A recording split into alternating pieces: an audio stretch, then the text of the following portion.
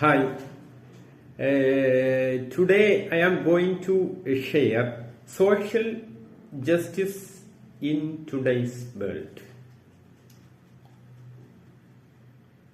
When I am thinking about this topic, it plays very crucial role in creating fair societies.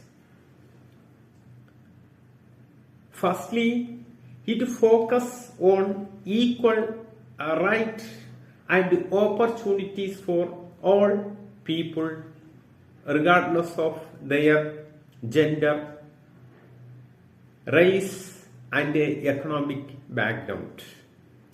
Moreover, it highlights issues such as poverty, discrimination, and access to education and health care. In addition, social justice encourages individuals and institutions to speak against inequality and unfair practices.